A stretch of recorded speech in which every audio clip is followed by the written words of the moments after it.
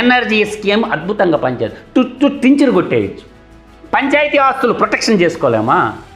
ప్రజల ఆస్తులు పక్కన పెట్టండి, ఎట్టా మీరు సర్వే చేయరు, పాత పుస్తకాలు లేరు. కనీసం గ్రామ పంచాయతీకి సంబంధించినటువంటి మేతపూర్వం బోకు భూములు, గ్రామ పంచాయతీకి సంబంధించినటువంటి శ్మశానం భూములు, గ్రామ పంచాయతీకి సంబంధించినటువంటి భూములు, ఎన్నో రకాల భూములు ఉంటాయి.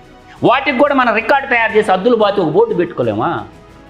అంటే బాధతో ఆవేదనతో చెప్తున్నాయి ఇవన్నీ కూడా. నేను ఇవాళ అంగన్వాడీ కేంద్రాలు తీసుకుందాం.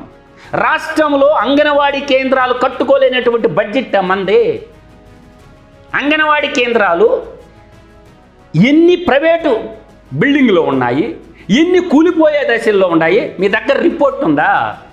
అంగన్వాడీ కేంద్రాలు కూడా కేటాయించలేరా? 12,50,000 ఒక అంగన్వాడీ కేంద్రం యొక్క డ్రాయింగ్ ఎస్టిమేషను.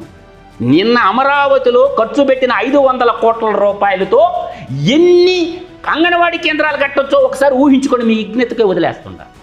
అంటే మా నియోజకవర్గంలో, ఉదయగిరి నియోజకవర్గంలో 15 అంగన్వాడీ కేంద్రాలు పెడితే లోకేష్ గారే కదా మంత్రి, ఎందుకు అప్రూవల్ ఇవ్వలేదు?